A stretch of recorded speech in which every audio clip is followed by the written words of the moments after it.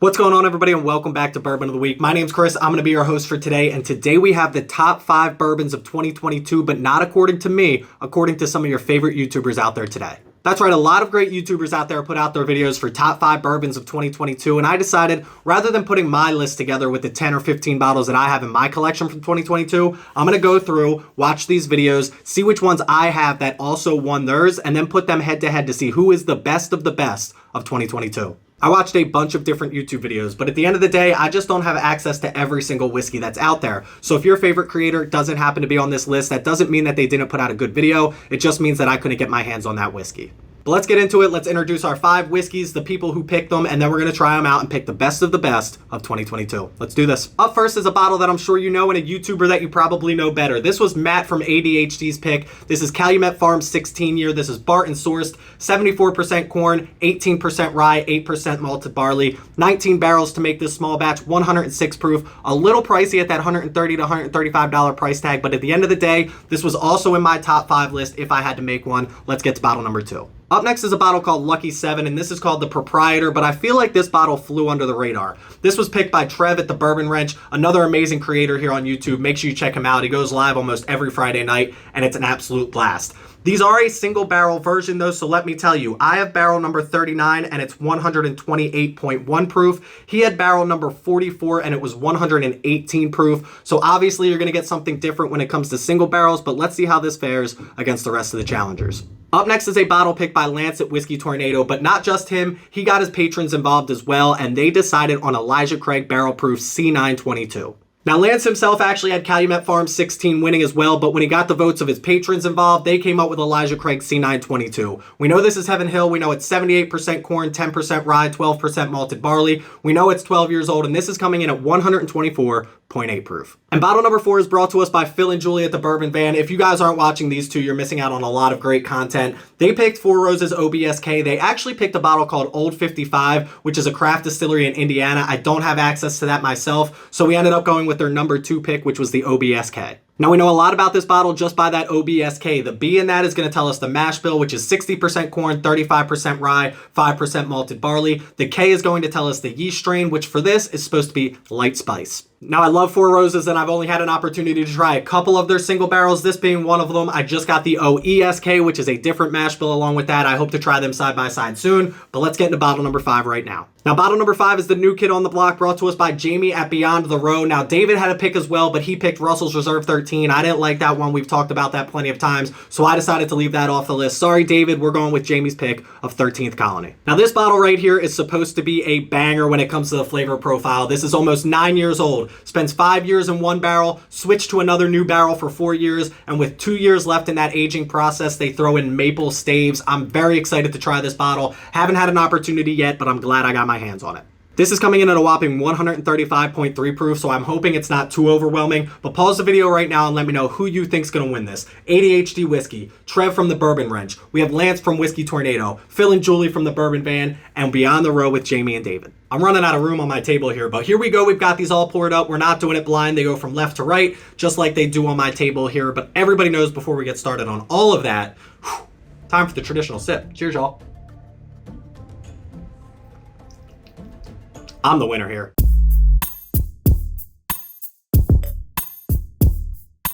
So here's the deal, right? No matter what order these end up in, no matter what number 1 is, these are all great bottles. These are the number 1 whiskeys on great YouTube channels. I trust every single one of these people's opinions when it comes to flavor profile, taste, price, everything like that. We're just going to try them up. We're going to put them in the order that I think they belong in, and you can take it with a grain of salt if you want, but let's try these out. We're going to start over here with the Calumet 16.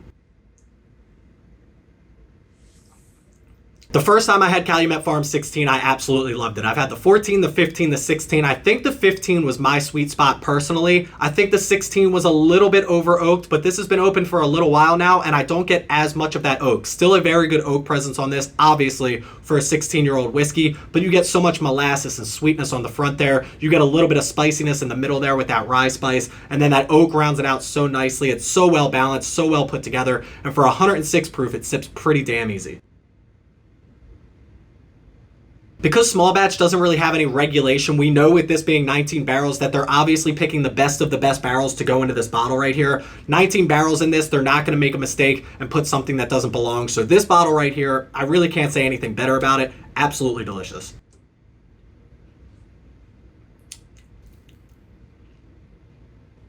As of right now, first place. Up next, we're going to get the Lucky 7, the Proprietor. Again, this is a single barrel, barrel number 39. Oh my God, that is good. I don't know if I mentioned it before in the intro, but this bottle is 14 years old. And 14 years, I feel like, is just on the cusp, right? 16 years, a little bit too over oaked for me. I like the 15 year just a little bit better. 14 years is like right on that edge for me. I really like a 12-year-old bourbon, Knob Creek 12-year. The Russell's Reserve 13, the original, the first batch was 13 years old. I feel like that would have been more my wheelhouse than batch 3, which was closer to 20 years old. But 14 years, I feel like, is teetering on the edge for me of a little bit too much oak. But for me, this doesn't teeter on the edge of anything. This gives you everything you're looking for and doesn't over oak it, even for a 14-year-old whiskey. This gives you sweetness on the front. You get a little bit of fruitiness on this, maybe a honey note on this as well that I feel like I'm picking up, the spiciness in the middle, and then again, just on that tail end, a little bit of oak that I absolutely love. And it's like a sweet oak as well, which makes it even better for me. And again, Trev's was 118 proof, mine's 128.1 proof, so definitely a bit of a difference when it comes to the proof on this, but sips so easy. Especially next to this 106 proof, I thought I was going to get a big jump in heat, but I do not at all. We're going to go back real quick, just side by side, because I think the Proprietor might jump the Calumet 16.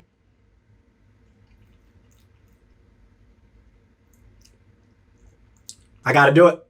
The only reason I do that is because side by side, again, just a little bit too much oak, a little bit too much dryness, a little bit too much tannins when it comes to the 16-year over the 14-year, and I absolutely love that Proprietor. But let's get into bottle number 3, a 12-year-old, which I love, Elijah Craig Barrel Proof C922, brought to us by Lance and his patrons. There is absolutely no way. There is a 0% chance that if I blinded this bottle, I would tell you this is 124 proof. We just drank 128 proof, sipped super easy. Then we drank 124 proof, and I almost felt like I was back to drinking the Calumet at 106 proof. This, if you're looking for a high proof stuff, high octane stuff that drinks super easy, Heaven Hill's got it going on with this C922 release of Elijah Craig Barrel Proof. You may or may not know, but on my channel, we have 3 criteria when we rate our bourbons: price, taste, drinkability. Drinkability is overlooked, and I feel like it's crucial, especially to a newer whiskey drinker. How much ethanol do you get compared to the proof? I think on this glass right here, easily a 9, if not pushing 10s when it comes to drinkability. Absolutely fantastic. Now, here's the thing about Elijah Craig Barrel Proof and me. For the longest time, I got to try B517, which was Whiskey of the Year. Then everything else I got to try was 2020, maybe 2019 on, and I didn't love it. But when I got to revisit it, I think it was more of that funkiness that I was getting off that age because I didn't get to try a lot of older stuff. And as I got to try some older stuff, I started to realize how good this actually is. And now I love Elijah Craig Barrel Proof. Moving forward, I will make sure to pick them up. Let's see where we want to put this in our ranking sheet as of right now.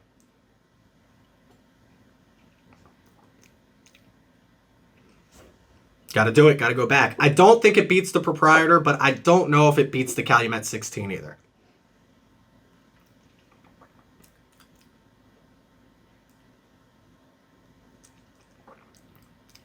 I don't think that I can do it. I think I do have to put it in 3rd place as of right now, only because of one factor. This right here, the flavor profile on this is exactly what I'm looking for when it comes to a bourbon. A little bit of funkiness on this, a lot of vanilla. It doesn't really blend quite as easy as the Calumet 16. Again, still delicious, still fantastic. If you have an opportunity to pick it up, definitely do. But for right now, I'm going to keep Calumet 16 ahead of it. I'm going to slide to the right a little bit here. Let's get into our 4th bottle. This is brought to us by the Bourbon Van, Phil and Julie. I trust these two a lot. Great content. They're a lot of fun to watch. Make sure you check them out here on YouTube. Let's try it out. So that B mash bill on this, right? 60% corn, 35% rye, which is a very high rye content, and then 5% malted barley is supposed to give us fruity notes and rye spice, and I gotta tell you, that's exactly what I get. Then that K yeast strain is supposed to give us a little bit more light spice. So between the high rye mash bill, the light spice on this is a spice bomb, but at the end of the day, you still get some of those very good red raspberry, strawberry notes on the beginning, which blends this so well together. So the only knock, and the smallest knock that I have, and only because I'm comparing it to 3 other top tier bottles over here, is the finish on this just seems a little bit short to me. You get all the great notes that you're looking for, but you're definitely looking for them. You have to go back, try it again to make sure that you find them. Again, this wasn't their number 1 pick. They picked Old 55, a craft distillery out of Indiana. I would love to have an opportunity to try that. But for a number 2 pick, this is definitely a hitter. Let me try one more sip and see where we want to put it. We're going to have to leave this at number 4 for right now, only because of that short finish on this. If you have an opportunity, definitely pick up Four Roses. Every single one of their mash bills, they have 10 of them. But we're going to go into 13th Colonies next. I wish you guys could just see the color on this glass right here alone. Double oaked. This distillery opened in 2009. This is from Jamie at Beyond the Row. Make sure you check her out. Let's try this out.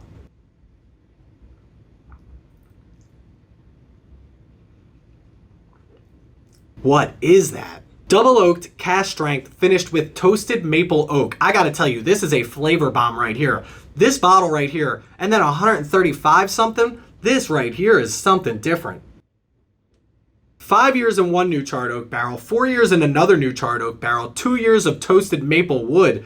This right here is a flavor bomb. I'm getting all of those notes that you're expecting. The double oaked brings out so much oak flavor on this, which I don't truly love, but for some reason, it mixes so well with that maple on this that it just works. I'm getting marshmallow on this, molasses, burnt molasses almost, some chocolate, some oak, maybe a little bit of leather. So much going on in this glass, it's wild.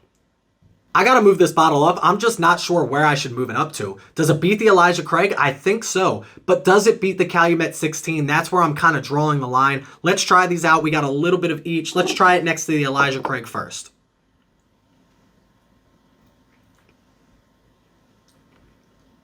I've got to do it. I've got to put it above the Elijah Craig C922. But the next question, does it make the leap above Calumet 16? There's no way, right?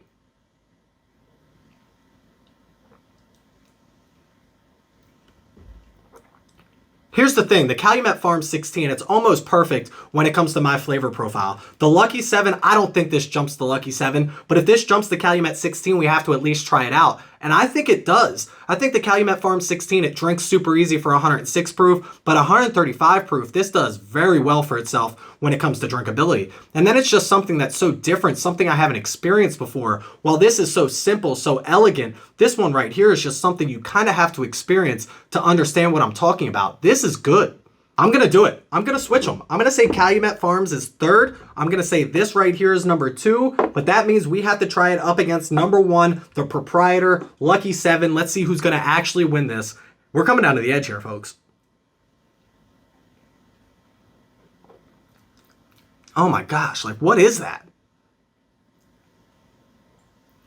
Here's the deal. Before I make my final decision, make sure you click that like and that subscribe button if you like this content at all. We put out videos weekly. I would greatly appreciate it. But we have to say our number 1 winner is going to be, drumroll please, we're going to stick with the Proprietor. It is an absolute banger when it comes to a bottle. This was Trev, the Bourbon Wrench pick, but this right here was a close number 2. I had no business liking this bottle, but this is the order that I'm going to put them in. So there we have it, the best of the best, the top 5 of the top 5, Lucky 7 being number 1. If you've had an opportunity to try any of these bottles, let me know in the comment section the order that you think they belong in. But make sure you check me out on Instagram at Bourbon of the Week. Go click that follow button over there. Come chat with us on Discord 24/7. We have a link in the description below. We also have a Patreon page. Come check that out. Link in the description below. Please don't drink and drive. Always drink responsibly and stay healthy, stay happy, stay drinking. Cheers, y'all. Maybe that did deserve to win.